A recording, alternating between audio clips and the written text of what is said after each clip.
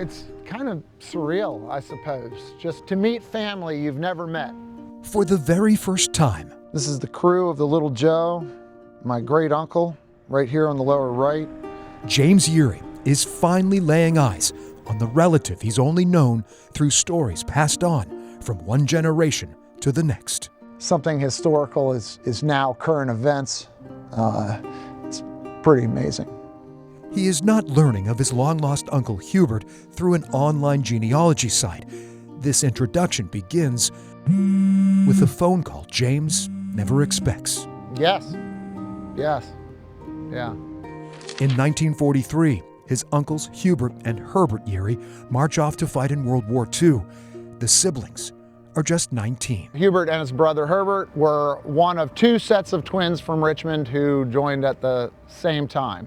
And there was a news article about that. Oh, I'm sure they were quite proud. But 1 year later, tragedy visits the Yeary home.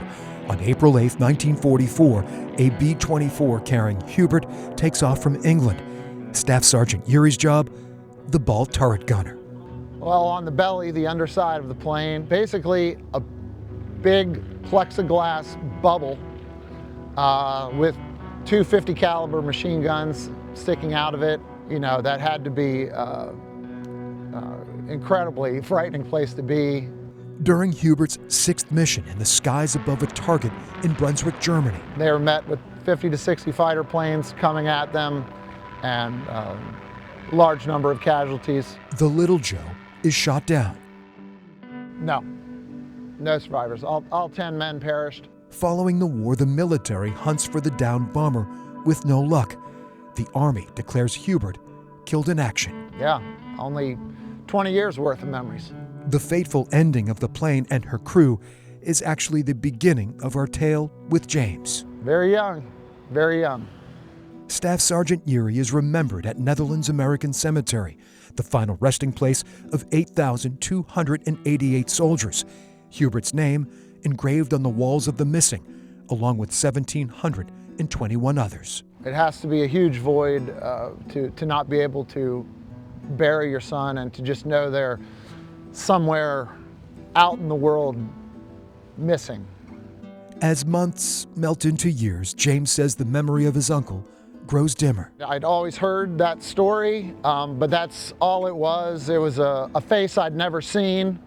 It was someone I didn't know, someone my father didn't know. The young Virginian's death, a taboo subject for James's grandfather, Hubert's older brother. You know, that generation didn't talk too much about their experiences in the war in a lot of cases, and my grandfather was no different.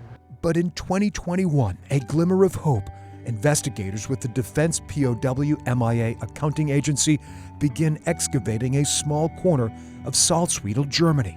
It's just amazing what was out in a farmer's field. For 2 straight years, archaeologists pull propellers, machine guns, and bones from a crash site. That has to be a lot of human hands on small tools to unearth the past. Using dental records and family DNA, Staff Sergeant Yeary's remains are finally identified on June 20th, 2024. I think it's great. I mean, it's a long time to be away from home. To be found really means a lot. For this Maryland native, the surprise news is healing invisible wounds. To see somebody like that and who's been gone for 80 years suddenly now show up as current events, it's unexpected and it's wonderful. The military presents James with the medals Hubert never received, among them the Purple Heart. A lot of people have received this that certainly didn't want to get one, I'm sure. This spring, Hubert will be laid to rest with full military honors at Arlington National Cemetery. But to actively be out searching for those people 80 years later, that's a real credit to the United States military and their dedication to no man left behind. For James, the uncle he never knew is coming into sharper focus. A stranger, no more. To be related to that is quite an honor, really. Staff Sergeant Hubert Yeary, the airman who will forever be 20 years old, is finally getting a homecoming long overdue. That's all they wanted. Everybody over there wanted to be back home. That was their greatest hope, is to come back home. So it's nice to have a conclusion to that.